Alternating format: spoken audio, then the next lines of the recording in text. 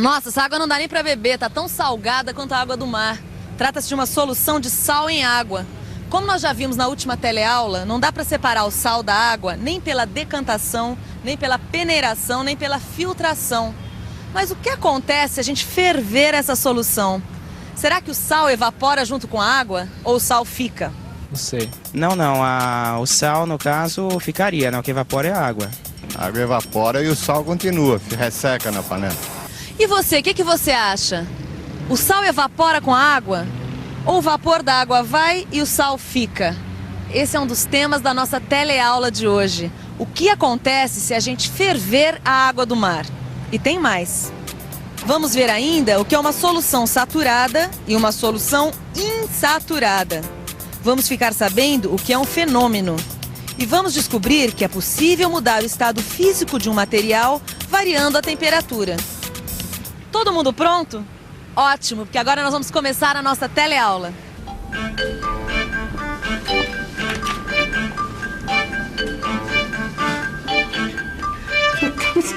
Que absurdo! Oi, desculpa. Você não sabe o que eu acabei de ler nessa revista. Você sabe quantos litros de água são necessários para produzir um único ovo? 450 litros de água. Bom dia, Clóvis. E pelo jeito você continua preocupado com quanto a gente gasta de água, né? Ai, não é pra tá. 5.400 litros de água para produzir uma dúzia de ovos. Nossa! Mas essas galinhas estão bebendo muita água, não? Engraçado, mas não são as galinhas que bebem essa água toda, não. Para fazer ração para galinha, você precisa de milho. Agora, para o milho crescer, você precisa regar o milho. E também você precisa de adubo. E para a fabricação de adubo, você também precisa de água. E nesse processo todo é que consome essa água toda. Imagina só 450 litros de água para produzir um único ovo. Esse Clóvis não brinca em serviço, viu? Ele anda tão preocupado com esse negócio de água que ele até na outra teleaula tentou limpar a água do mar. Lembra? Até que ele conseguiu deixar a água do mar bem transparente, separando a areia e outras impurezas. Mas ela continuou salgada. Quando um produto está dissolvido com outro, como o sal na água, precisa de outra coisa para separar. Essa outra coisa é o que ele ia descobrir com a freguesa da banca, que é química. É isso mesmo. Eu sou a química, freguesa lá da banca. Eu tinha combinado com o Clóvis dele vir aqui para ver como separa a água do sal. Mas essa semana está muito corrida e eu tive que cancelar. Mas eu passei lá na banca e dei uma dica para o Clóvis. Para separar a água do sal, tem que ferver a água até ela evaporar toda. Ferver a água do mar? Foi o que ela disse. E você ferveu? Bom, a água do mar, assim, propriamente dita, não, porque minha mulher, que não estava sabendo da experiência, jogou minha água do mar fora. Mas eu pus a cabeça para funcionar. O que eu fiz foi preparar uma solução de sal em água imitando a água do mar. E foi aí que aconteceu uma coisa interessante. Ué, mas não está dissolvendo? Será que eu coloquei sal demais? Será que eu preciso mexer mais? Que fenômeno é esse? Bom, para mim o fenômeno é algo que ocorre na natureza, né? É alguma coisa que acontece na natureza. Um eclipse é um fenômeno. Fenômeno é uma daquelas palavras que tem vários sentidos. Mas em ciência, fenômeno tem um significado muito simples. Quer dizer acontecimento. Vamos ver alguns exemplos que fica mais fácil de entender. Primeiro, veremos alguns fenômenos sociais, que são acontecimentos que ocorrem na sociedade. Ir à escola, participar de uma passeata e seguir a moda são alguns exemplos de fenômenos sociais. Vamos ver agora os chamados fenômenos naturais. Uma flor que desabrocha, um vulcão que entra em erupção, a evaporação da água, um papel queimando. Todos esses são exemplos de fenômenos naturais. Na ciência, nós estudamos os fenômenos naturais e, no caso da química, os fenômenos naturais que ocorrem com a matéria, ou seja, com as substâncias líquidas, sólidas ou gasosas. Um exemplo, a dissolução do sal na água.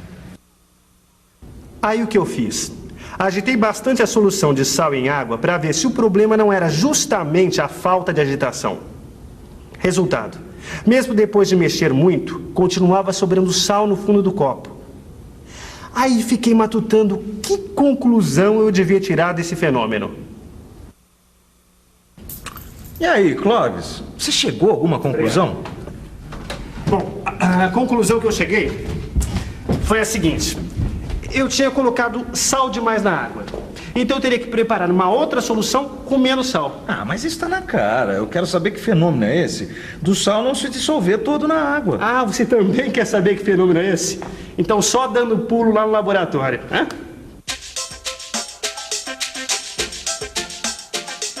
Vamos ao laboratório. Na verdade, o que aconteceu foi que o nosso amigo Clóvis preparou o que a gente chama de solução saturada.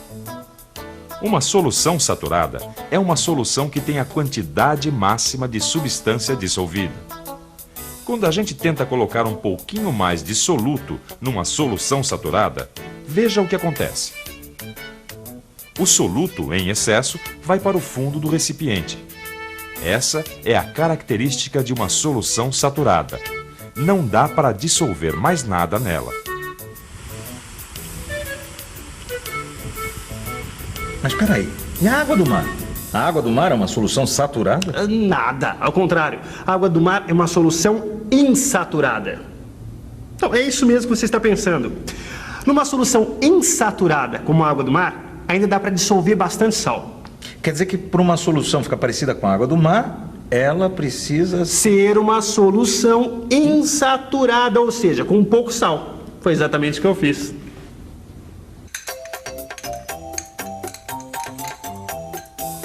Ah!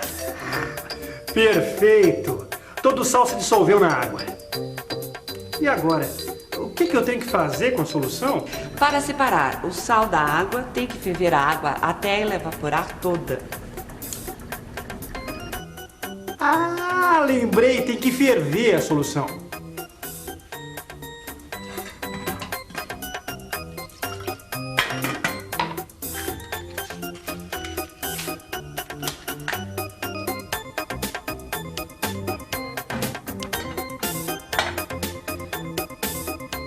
E agora? O que será que vai acontecer? Eu sinceramente não saberia responder. Fica muito salgado. Eu acredito que dilua. Vai evaporar a água. O sal vai pro fundo da panela. Cristaliza o sal. Como a gente viu, as opiniões aqui são bastante variadas sobre esse assunto. Mas antes da gente ver o que acontece quando a gente ferve a solução de água e sal, vamos refletir sobre um fenômeno mais simples que está presente no nosso dia a dia. O que acontece quando a gente esquenta ou esfria a água da torneira ou do filtro? Vamos pensar um pouco? Vamos pensar um pouco. Isso é simples. Quando a gente aquece a água, ela ferve e vira vapor. Já quando a água é esfriada, vira gelo. Epa, olha só que interessante. Se a gente esquentar o gelo, que é sólido, ele vira água, que é líquido. E se a gente continuar a esquentar, o que era líquido vira gás, o vapor da água. E para fazer o caminho inverso, é só esfriar. Aí, o gás se transforma em líquido e esfriando mais, o líquido vira sólido. É isso. Dá para mudar o estado físico da matéria só pela variação da temperatura. As coisas acontecem mais ou menos da seguinte maneira.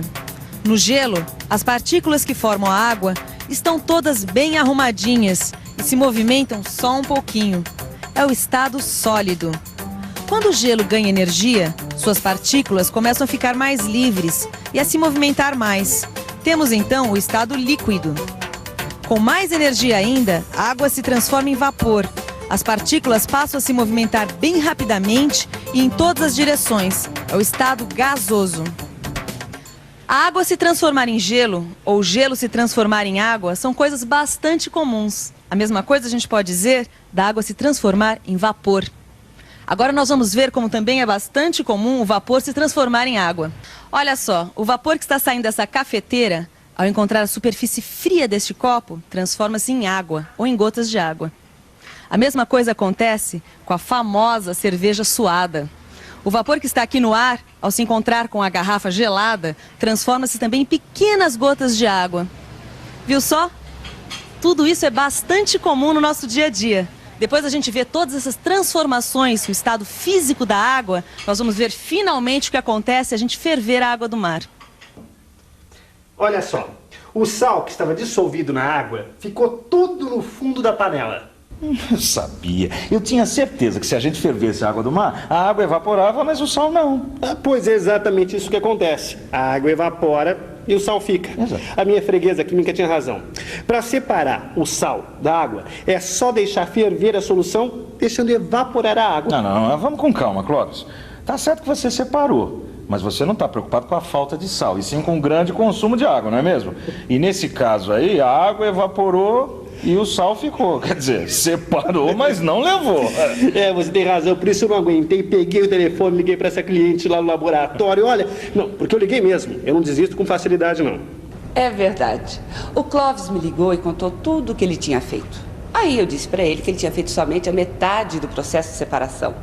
Porque o certo é a gente pegar todo o vapor que sai durante o processo e esfriar esse vapor, para que ele se transforme em água de novo. Aí sim teremos a água e o sal separados. Mas isso não dá para fazer numa panela. Precisa deste aparelho especial aqui, o aparelho de destilação.